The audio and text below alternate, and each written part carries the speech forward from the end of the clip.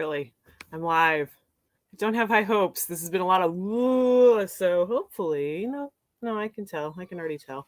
Anyway, there's my diner coffee mug that I found at a thrift store. I think it's a diner coffee mug. Oh, let me just show it to best advantage. There it is. Wait, it needs a white background. Okay, like my head. There we go. Welcome to Breakfast Poetry Live. It's Friday, April 14th, 2023. I left my poems over there. I'm so concerned because I've had so many glitches. Okay, just awkwardly, I do this. There's my one poem. I got the other one here. Right there. Okay. Honest to goodness. I don't know what I'm doing, but it's okay. Still a poetry freak. And I have my glasses today. I want to devour the stars and taste the midnight dew on Halloween. I want to kiss the ghosts in my neighborhood at 3 a.m. under the moon. And that is a middle of the night gibberish weird work. And here we are, Friday, April 14th. I'm going to read the beautiful words poem that came out of yesterday's drawing. The word was nemesis. Once I turn my journal not upside down, but right side up. That's what we want. Let's find the pages. I wrote a lot yesterday. There's a lot to say. Okay, I found my page with the red pencil. That's my cue. You can't see it. Oh, it's just because the lighting is crazy. Nemesis was the word. I'm gonna stop making paper noise. Nemesis of dreams, sink into the curtain shadows, skulk another far distant, less available for heartrend, less haunted, less verging on sonnets. Nemesis of poetry, reveal yourself, just so I can know the color of your watery, officious eyes. Remember in Psycho, where Anthony Perkins, as Norman Bates, said, eating dinner in the office would just be too officious. And I got a chance to use the word officious. I was really struggling for a word there. I wanted it to be,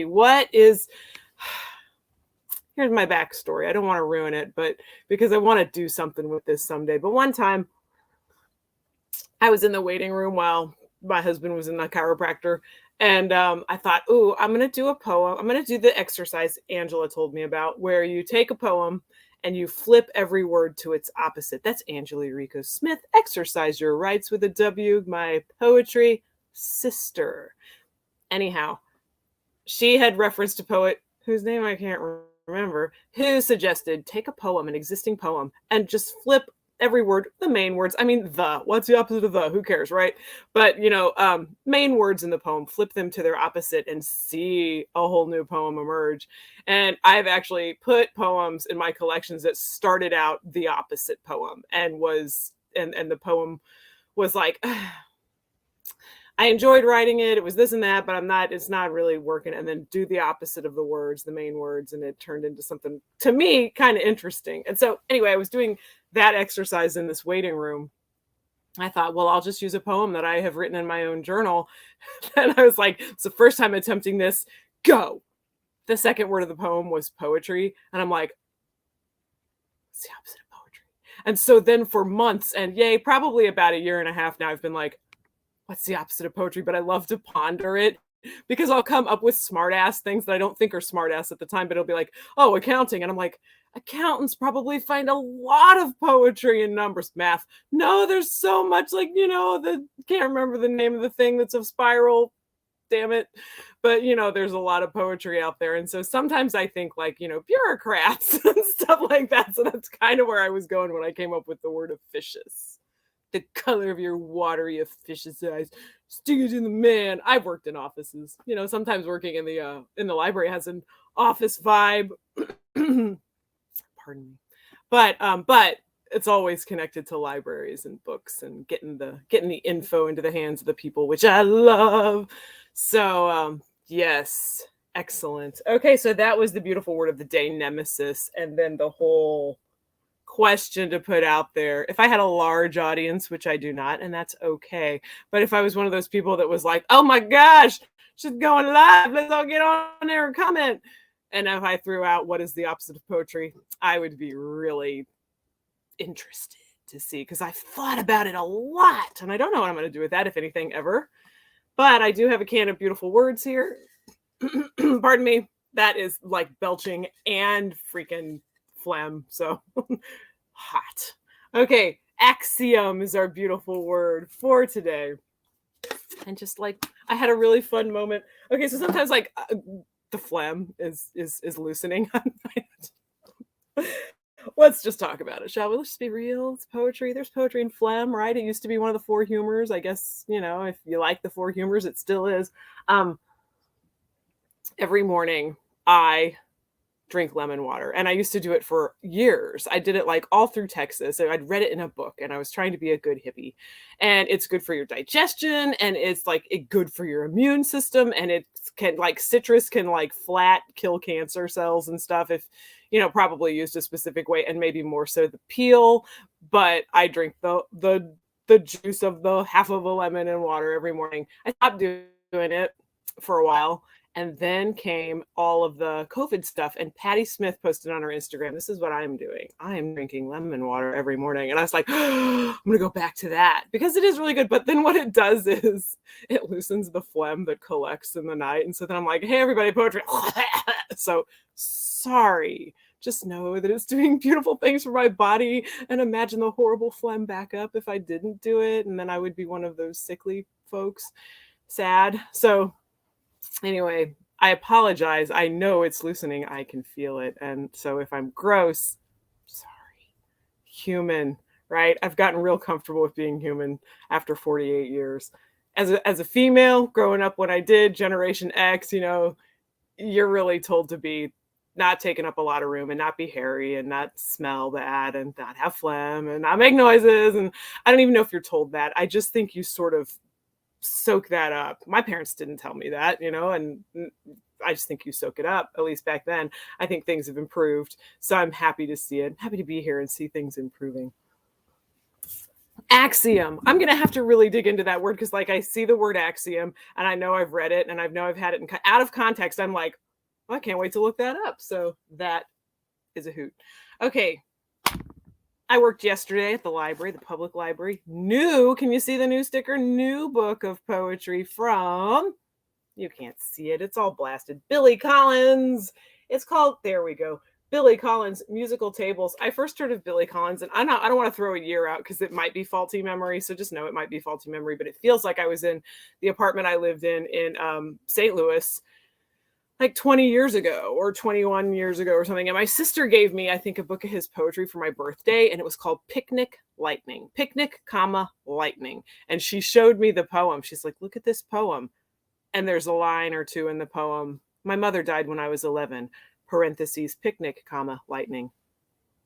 So, I mean, whoa, that was like the tell your story in 6 words thing. I say small sentence that tells an entire lifetime of just an experience and how that affects you, and yeah, I think you would definitely title a book that. I think it would affect you that much. So I knew I loved him and I knew that I have this, I can't be like, oh man, he wrote this and this and this, but I remember Picnic Lightning and I remember being in Texas and stumbling on one of his poems that all I get is the impression of like an apple orchard, like my mind ear just being devastated by the word choices and the order they were in and whatever he did there. I'm going to read one poem out of fair use practice, right? Just I enjoyed. There were actually a bunch I enjoyed. I really enjoyed this one about a diner that I couldn't find again this morning because I was trying to hurry. Headstones by Billy Collins. If the dates show the husband died shortly after the wife, first Gladys, then Harry, Betty, followed by Tom, the cause is often gradual starvation and not a broken heart. Well, I would argue as a female perspective, or maybe just my own perspective, or maybe poets, but I don't know what perspective this is, but it's different, I think. And maybe he's being funny, but I'm like, well, I think there's a little bit of part in the fact that you will feed yourself, I mean, maybe you would forget. That's possible. There's so many factors. I'm just going to, let's just examine the factors, right? Because I love to do that stuff. Yeah, you could be totally absent-minded. You could be totally like in that moment, like when you're like, oh, I got to tell my dad that. Oh, wait, he's not here. I can go to the graveyard and tell him that. And sometimes I do. But, sometimes that moment where you're like, oh, everything just seems normal. It's 4:30 in the afternoon. I wonder what's going to be for dinner. Oh, I guess I get to figure that out, right? Or not even coming to that conclusion and then falling asleep. I don't know. It's sad to think about. I think there could be heartbreak involved. I will go ahead and be the bossy poet and just open up the discussion to. I wrote myself a note so I wouldn't forget to librarian as bartender, because I was never not a certified librarian, but some people call anybody who works in the library a librarian. I'm not a librarian. You have to have a master's degree in information science. I have a bachelor's degree in German, a bachelor of arts, and a couple of library sciences classes, two and a half, two. I dropped one after a couple of classes because God, there was like my 20s and I had this full-time job and life was getting, a little cuckoo. And there was construction. It was I had to drive all the way to UMKC, and then there was construction. And then I walked in late because of the construction on the first class. And the dude like made a thing of it. He made a thing of the fact that I walked in late and proceeded to talk. It was a collections class regarding a collection in a library, but he spent the first 45 minutes of the first class talking about papyrus. Now, I don't have anything against papyrus, but damn, I just drove through after a full day of work at a library. I just drove through that construction traffic, was late to class, got pointed out, and then had to listen to papyrus before you get it. So anyway, I dropped that class. Didn't need it. So that's not 2.5 classes. That's 2 classes and 1 episode of a class, basically. So 1 class period. And I was late to it, so not even that. But anyway, as a library clerk, which is what I usually am, there are times when people tell you a sad story because they don't know who else to tell, and there they are, and it's weighing on them, and so they're checking out their books, and it's a quiet moment, and they might just spill their guts a little. And so at that point I would always try to be very oh, I'm so sorry. And because it's like, here's this human connection and this human moment, and they're struggling, and they told their library clerk, because we're hoping to be like a friendly and welcoming face, and then afterward you're kind of like, I could look up their account and send them a casserole. No, that's stalker. You can't do that. Don't even think about it. Don't do that. All right. No. But your heart kind of wants to do something, right? And so I told that to a kid I was working with. We were about the same age. His name was Trevor or Travis. I'm sorry. Travis, I think it was. It was a long time ago. But it was like 20 years ago almost. But I told him that story when somebody told me something sad, like they'd lost a loved one. And he goes, oh, one time I was checking out books to this guy, and I don't know if like the library customer before had been really upbeat or if he was just feeling upbeat. And the guy's like, he's like, how you doing? Well, my wife died. Oh, well, that's no good. It was just like he couldn't get out of the flow. I'm sorry, I laughed, but he couldn't get out of the flow of feeling upbeat. And sometimes when you've got a line of customers, you're just like boom, boom, boom, check them out, see some banter, doodly-doo, next person. And so I think he was just kind of in the zone. And so we did laugh about that because we've all experienced that, and I'm sure other jobs experience it too.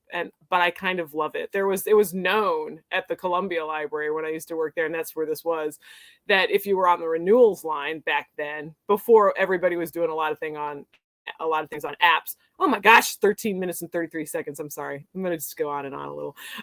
But you knew if you were on the renewals line, answer the phone. I need to renew my books. Okay, sure. You were going to get a lot of elderly people that just wanted somebody to talk to. And it was a pleasure. I loved it. I'm like, yeah, I'll talk to them. Why not? Because they're always nice. I like to talk to nice people. I'm not in a hurry. I'm here for the hour. That's how it is. So anyway, that's my philosophy. Of course, the awkward moment when it's like 2 minutes to the shift change and the phone rings. Oh, can I get those renewed for you? Bye. So anyway, blah, blah, blah, abracadabra. All right, here we go. Poetry hat. I have to, okay, so this I believe is the last beret, and I should carve something for today, but I'm not gonna have time because I'm working, and then I'm doing a live thing with Angela. Not a live, we're actually gonna record something ahead because we need to. And anyway, furthermore, I was going to carve today, but then I picked up a shift. I wasn't working today, and I didn't think about, I'm going to carve that other hat. But I do have an extra stocking hat, so aren't you glad that it's all going to work out? Swiss rolls. Okay, so I got to draw. I should really sum it up because now I want to keep burping. You're here for it. Poetry burp. Okay, on the poetry hat that is today will be and strut like a bridge poet. Now, I don't know if that's going to go with yesterday's. This is a middle of a sentence. That makes it fun. I think it's always fun. Oh, please, please, please. My poetry ring from New Moon Magic Studios It is a sort of titanium aurora quartz kind of situation where it changes colors and blesses my life. All right, and strut like a bridge poet. Let's all do that today. Bridge poet. We'll go into that later. It's in one of my books somewhere, probably. I don't have a link in bio, but go to Amazon and look up Amy Zollers. I don't even have my name. Oh, I don't even have my name thing on there.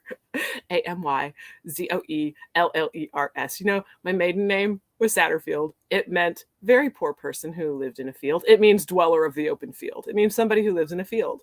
I married a dude whose last name is Zollers, which is German for tax collector. So there, so that's poetry, right? Come up in the world, as you can plainly see. Okay, here we are. Diner mug. It's Friday. Everybody have a gorgeous Friday. And all right, let's see.